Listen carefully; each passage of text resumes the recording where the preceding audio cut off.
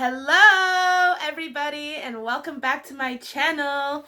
Rolling, got me stargazing. It's lit!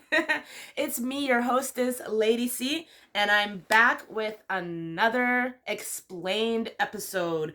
Today we are doing the ASTROWORLD tragedy explained in full. We're gonna get right into the nitty gritty details. So if you find yourself liking my content, please like, subscribe, and share this with a friend. So here we go. On November 5th, 2021, a fatal crowd rush occurred during the ASTROWORLD Festival.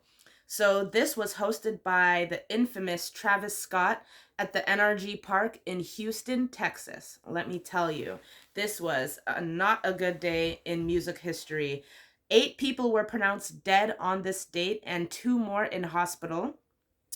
The medical examiner declares that the cause of death was compressive asphyxiation. So, in case you don't know what compressive asphyxiation is, basically think of a boa constrictor tightening its coils on a little mouse or one of its prey, and as soon as you breathe out, it squeezes even more. That's pretty much what happened to 8 of these people at this festival. This has actually happened many times before in history. The Who concert disaster in 1979, the Hillsborough disaster in 1989, more recently, the Seoul Halloween crowd rush in 2022, where at least 159 people died during Halloween celebrations. So this has happened before many times in history. But yeah, AstroWorld, it was managed by Live Nation and Apple Music, where they were expecting 100,000 attendees.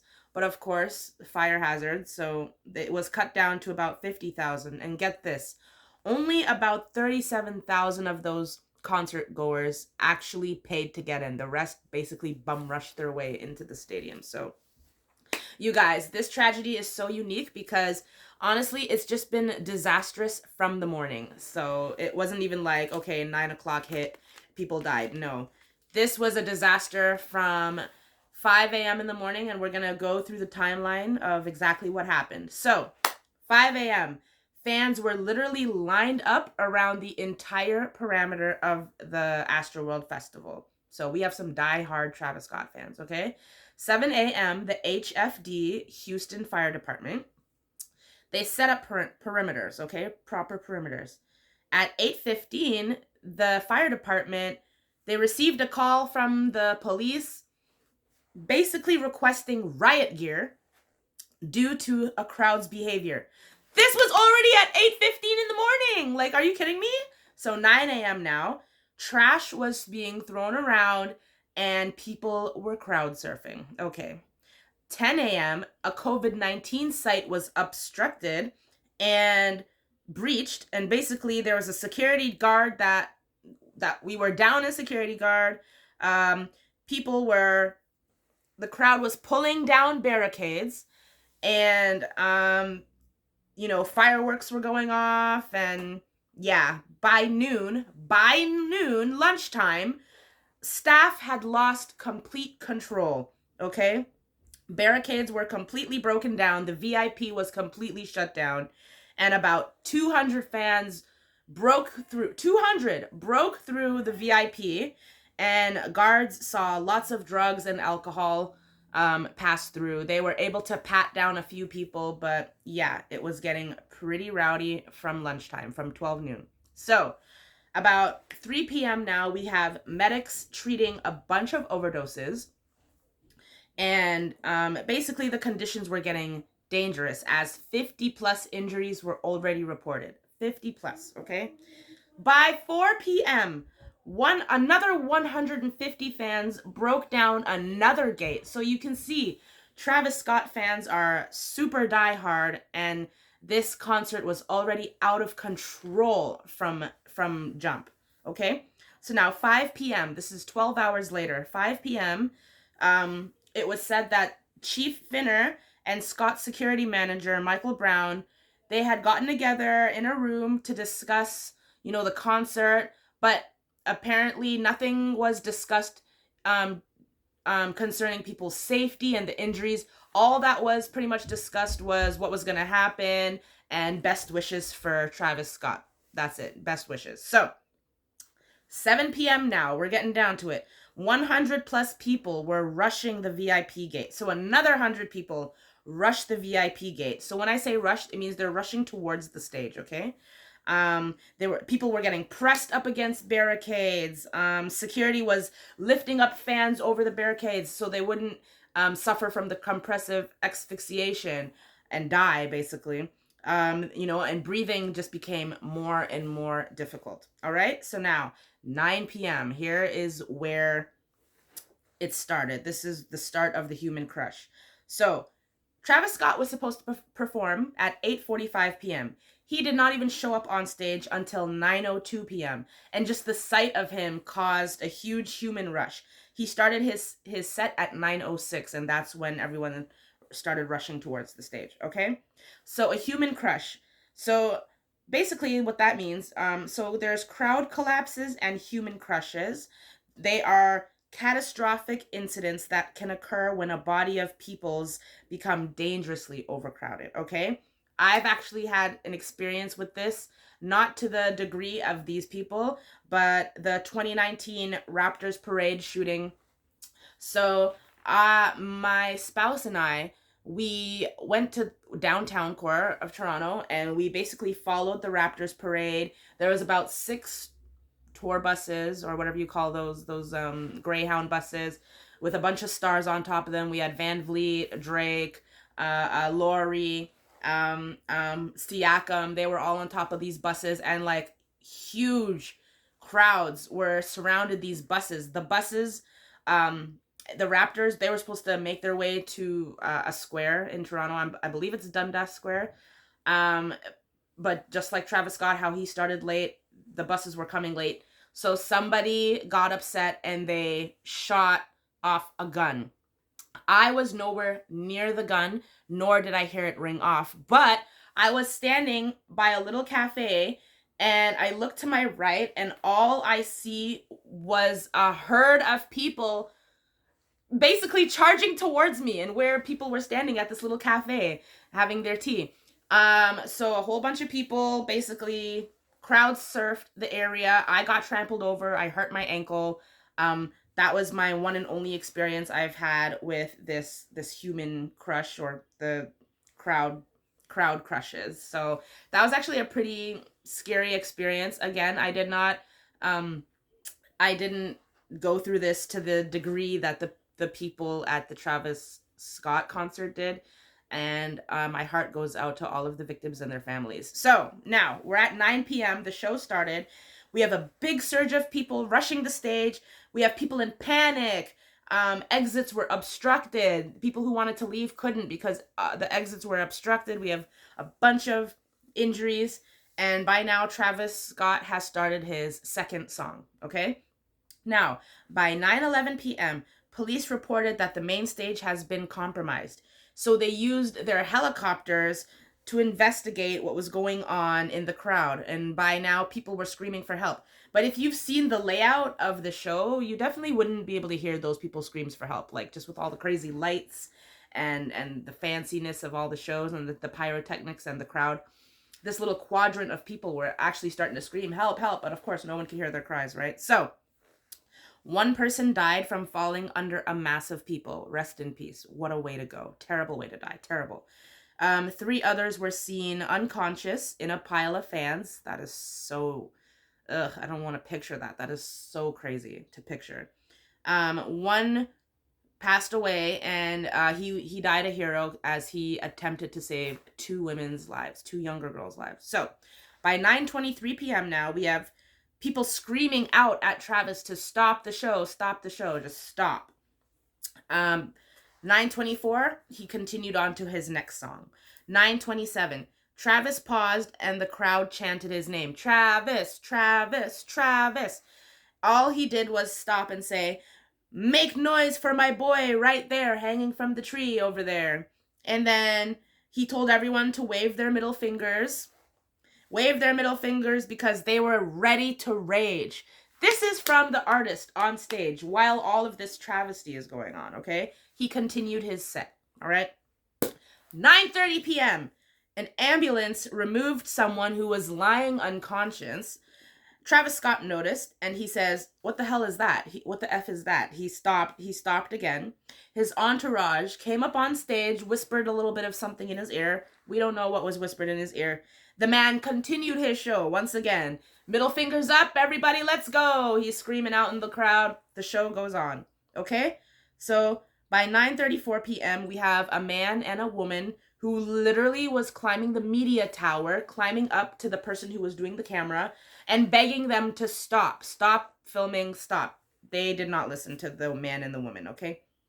So, yeah, I heard about that incident, about the man and the woman climbing up to the radio, and I heard about the incident where the people were like shouting, stop, stop, but they both didn't go as well. They didn't go as planned. Nobody stopped anything, okay? So, 9:42, Travis Scott stopped for a third time after he noticed an unconscious attendee. The unconscious man was being carried from the arena, okay? 9:43, a minute later, fans were chanting, "Stop the show. Stop the show." Now, keep in mind, this is like a little crowd of people amongst thousands of people. So their voices could not be heard, right? And then finally the show ended at 10 p.m. and Travis Scott basically was like, "I love you guys, make it home safe," and he jogged off the stage, okay? That is what happened that night. Let's go on to the aftermath of what happened. So, the aftermath. We have several attendees who experienced panic attacks. We have unconscious trample victims. We have 50 to 60 people climbing the TV, the big high TV monitors just to escape the crowd so they wouldn't die. We have smoke inhalations from fireworks. We have cardiac arrests in high numbers. The police and the paramedics said they've never seen such high numbers of cardiac arrests in their life. That is a heart attack, by the way, okay?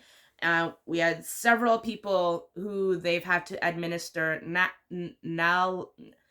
naloxone to, which is basically a needle. If your heart stops, they jab the needle in your heart and you come back to life. I only know that because I seen that in Freddy Krueger, A Nightmare on Elm Street. So naloxone. So several people got administered that. And by the way, like a lot of the medical equipment and medicine and the defibrillators, they all ran out. They all ran out of all of that, okay? So you can imagine. And of course, the Houston Fire Department, they've seen several people whose heart have stopped. Okay? Okay. So now let's go on to the deaths. We have Axel Acosta, a 23-year-old. We have another 22-year-old who was pronounced brain dead in hospital. And then we have Ezra Blount, who was the 9-year-old who was in a medically induced coma. And then he died right after. Okay? This is disgusting because I was just watching an interview of Travis Scott and how he finally broke his silence about it. And he was basically so nonchalant about it. Like, you know, what can I do? That's not my fault. I'm just the artist on stage. There's supposed to be medical personnel there, and they're the ones who are supposed to be in charge of people's safety. It's like, homie, do you understand? If you were not born, this would not have happened. This tragedy would not have happened. You need to take a lot more responsibility than this whole lackadaisical, oh well approach that you have. I'm sorry, I apologize. My camera is totally shaky because I'm so I have so much energy towards this topic. So Travis Scott's concert was the highest number of accidental deaths at a US concert since the Station nightclub fire. Okay, that happened in Rhode Island in 2003, killing 100 people. So I actually looked into that story. That was actually pretty tragic. A band had performed in a nightclub, basically, and the nightclub didn't have proper sprinklers, and they let off like a firework or pyrotechnics in the place, and then the place caught fire. 100 people died. Okay, that was in 2003. So since then, Travis Scott's was the worst accidental deaths at a US concert since that station nightclub fire. So, back to the story. December 2021, more than 275 civil wrongful deaths and personal injury lawsuits has been filed. And there was up to about 50 defendants, like, so Travis Scott, Drake, the NRG people, so many people had lawsuits against them, okay? So about 12 law firms were representing over 1,200 people seeking billions in damages, okay? The crowd search expert, G. Keith Still, announced a lawsuit on behalf of 1,500 people over. And they're seeking like over $10 billion in damages. Travis Scott mentioned a dismissal for all of these lawsuits, okay? Um, Even the attorney, James Lassiter, who was representing the 22-year-old boy, said that Travis Scott's motion is shameful. It is so shameful. This boy, like, does not care who he's hurt at all. Okay? I'm just saying that because now, even though he released Project HEAL, which is a scholarship fund for impoverished African Americans, it's like a relative of the 9-year-old stepped up and came out and he was like, that is just a cynical PR stunt, to sway the jurors. So basically they don't feel like that person didn't feel like they got any justice for the little 9-year-old boy. He doesn't feel like Travis Scott cares, Yeah, I'm just so passionate about this subject. It's like so crazy. Like, it didn't have to happen. And doesn't he realize, like, if you didn't have this concert, these people would still be alive, Um, he should have more compassion for these people, but it didn't seem like he does. So, October 2022, Tony Busby, he's really popular law firm, announced the settlements, and the terms were undisclosed. So, it seems like a lot of people got a lot of their settlements handled, but it wasn't disclosed. So yeah, I feel like Travis Scott, he's not taking any responsibility. He's offered several families to pay for the funerals, and they've all rejected him because they don't feel like he's being a genuine person. And I feel like this tragedy led to the downfall of his relationship with Kylie Jenner.